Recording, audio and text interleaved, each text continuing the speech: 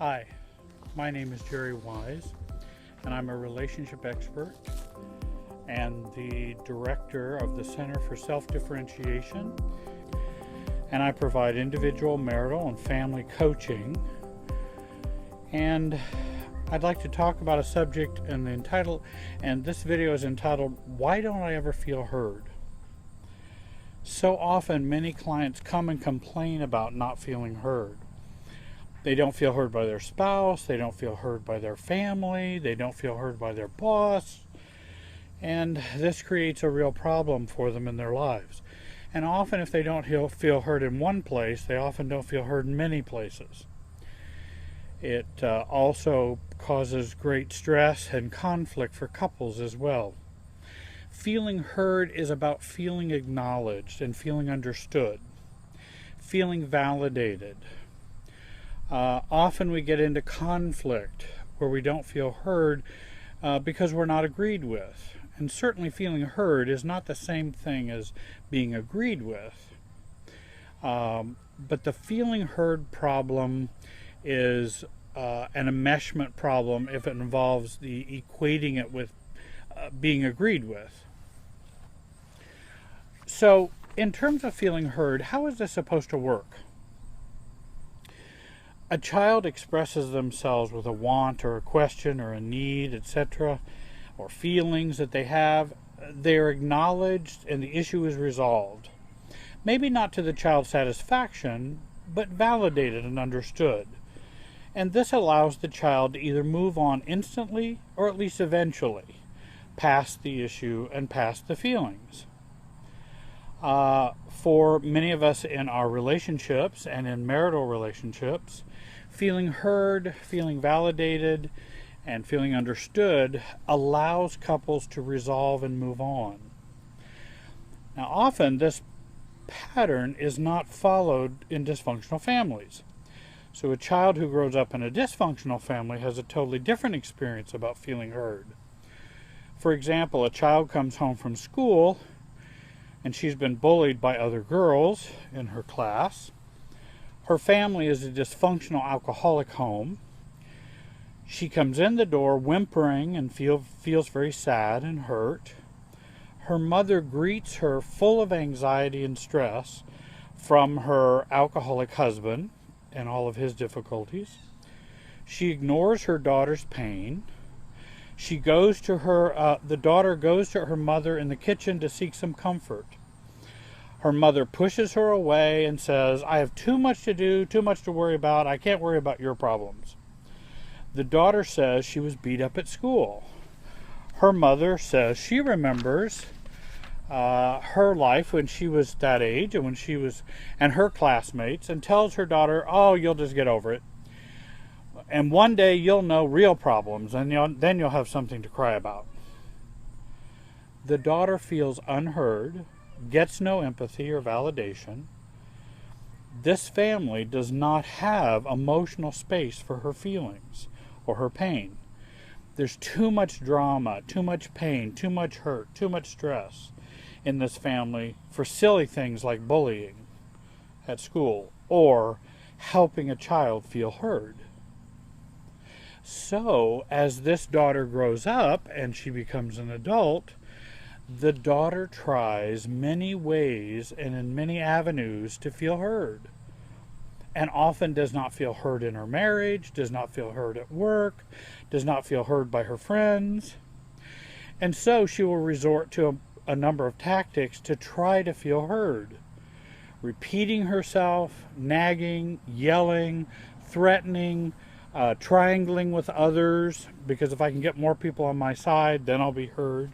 And don't you know, Mary and I both agree that this is right. Again, triangling. Pouting or cutting off, using sex as a weapon, having an affair. Certainly, there may be hurdles in the way of truly feeling heard by others, and I understand this. But the intense need to feel heard by others is something deeper than just feeling heard. I realize there may be real problems that can make feeling heard a real difficulty, say within a marriage. There may be a counter-dependent or narcissistic husband or wife. Maybe they're depressed or mood disordered. Maybe they have very few skills in empathy or validation, because when they grew up, they didn't know about validating or empathizing with someone. I have a good video on empathy. I would recommend those who have trouble with intimacy to take a look at that video.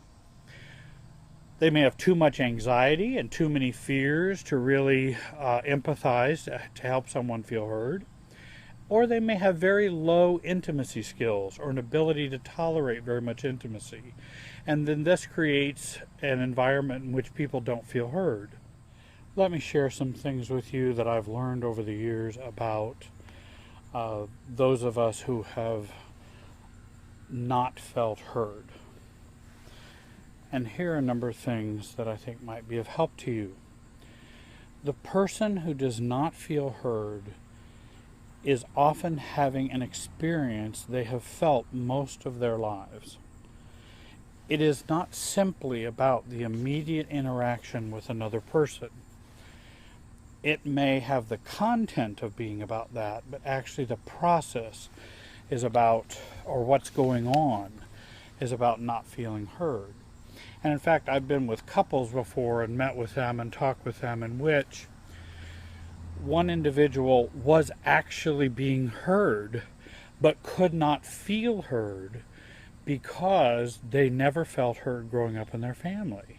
So even if we have not felt heard, even if we are being heard, we sometimes do not feel we are heard because of our past situations and our childhood growing up in our family of origin. Feeling heard happens when we value ourselves enough to be heard. It's very important that we value ourselves enough to be heard. If we don't, then often we don't feel heard and don't get heard. Feeling heard happens when we know ourselves enough to know how to use ourselves to be heard. I think there are many people who do not know themselves well enough to know what to do to be heard by other people. And so they use dysfunctional or inadequate tools to be heard. And I think there are some healthy ways to feel heard and to be heard by others. Feeling heard happens when we convey our feelings, not when we are in the middle of them. Often folks try to feel heard in the midst of their emotional drama. That usually does not result in feeling heard. So it's important we convey our feelings, but not necessarily when we're in the midst of them or in the midst of reacting with them.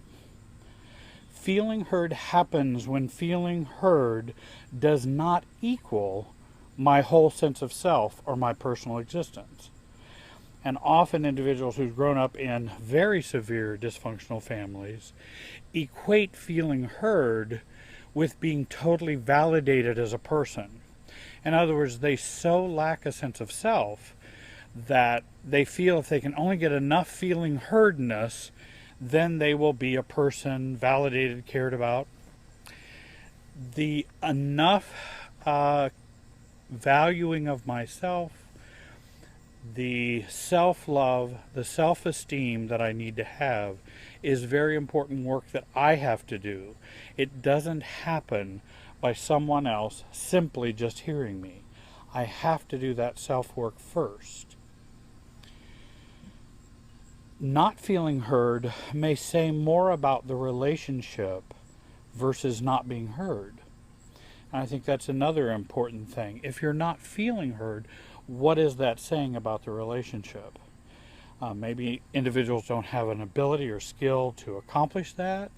Maybe there are deeper problems that have not been resolved, because often hurdles get in the way to feeling heard in the form of other problems. Reducing our historic need to feel heard will increase our experience of feeling heard. In other words, if we go back and heal from our past childhood, just as the girl, the daughter, who did not feel heard by her mother, just as she goes back and heals that experience of not feeling heard, she will end up living in such a way to feel more heard. But it's important she heal that, or she will spend a good bit of her adult life never feeling heard. She will feel her husband is always like her mother. She will feel her family of origin is always like her mother, who's not paying attention, not hearing her. And so that not being heard experience continues on. And it continues on even if mother gets help, gets counseling, and changes her whole life.